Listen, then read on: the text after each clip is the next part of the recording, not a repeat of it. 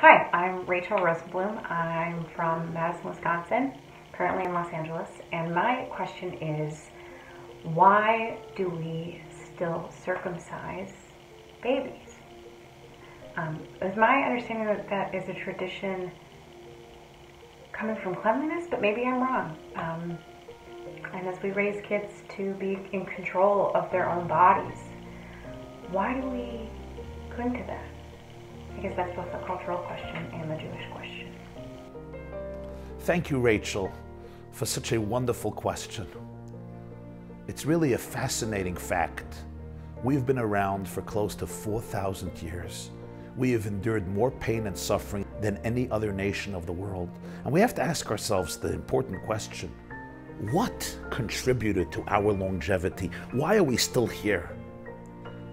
And then we have to look at those things that accompanied the Jewish people from the beginning of time until today.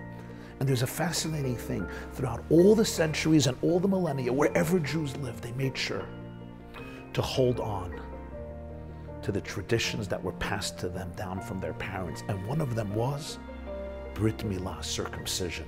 So we may not always understand the significance of it and what do we gain from it and why should I do it, but look at the facts. The fact that we held on to that covenant that God made with Abraham almost 4,000 years ago is what is directly responsible for the fact that we are still here today. You ask about benefits. Well, in addition to the health components, but that's beyond the realm of our discussion, there's another very powerful idea here.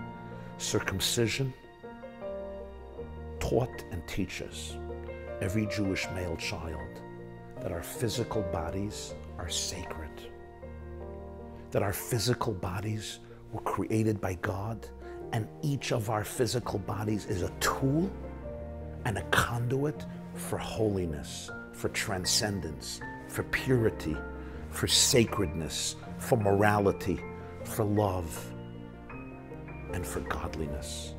Sometimes I could look at my body as just a random, interesting machine. No moral boundaries, no restraint, no respect for my body, no sensitivity for the spirituality of my body.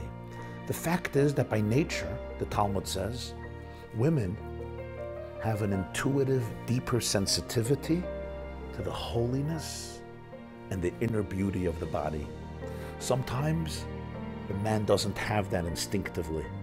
It's circumcision that impresses within our very physical body, and within that part of our body that is responsible for reproductivity, that we are in a covenant with history.